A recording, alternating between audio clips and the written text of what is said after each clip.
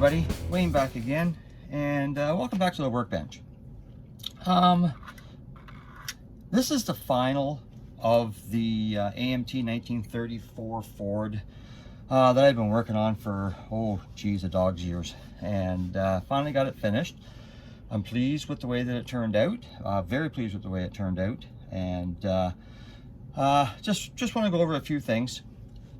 Basically, it's box stock. The only thing that I did was change the wheels out to a Revell wheel, and the only other thing that I did, basically off instructions, was I didn't attach the hood to the front grille so that the front grille can come out, or the hood can come off, leaving the front grille, and because that's the way that the model should be.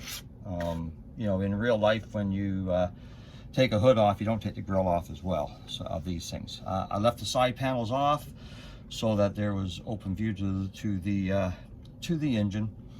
Other than that, this is completely box stock, and I basically did no modifications. It's just paint. The paint's a custom mix. It's just craft acrylic, and I am quite pleased with the way that it turned out.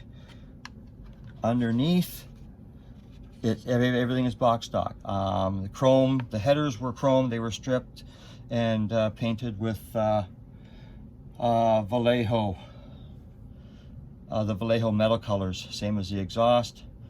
And the engine was just different tones of silvers and grays with the Vallejo paints. Like I say, everything that's on here was out of the box. The tail lights are the 1950 Pontiac tail lights. I like them a whole lot better. And I put the back bumper on it, but I omitted the front bumper. So, you know, the interior is just two-tone, using craft acrylics. But this is my rendition of the 34 Ford. Now, the grill and the front headlight buckets is what I sprayed with the Quicksilver. I'm quite pleased with what we have. I'm just getting another light source to see if I can't get some more light back there to get some more reflection off of the grill. But it's like, for me, it's fine. Like I say, it was the very first time that I had done it and used a Quicksilver. So what I would do next time is I wouldn't put it on a black background.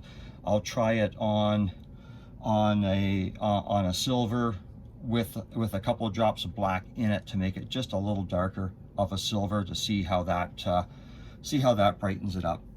So anyways, but I just wanted to just do a little final. This is all she wrote. It was a decent kit. It's a decent kit. There's a lot of parts to it for making a 34 Ford, but that's it.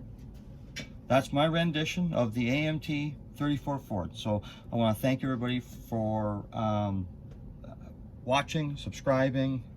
You know, I've got some new subscribers, and I appreciate that. I appreciate every subscriber that I have. So until the next time, everybody, cheers.